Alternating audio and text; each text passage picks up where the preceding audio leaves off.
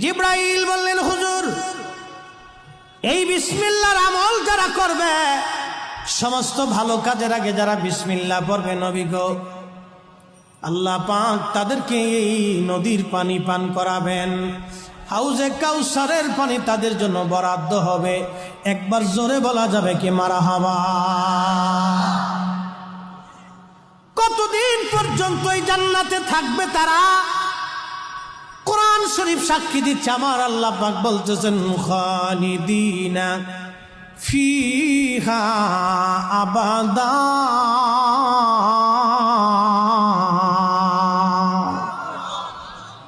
চিরদিন চিরদিন চিরদিন চিরদিন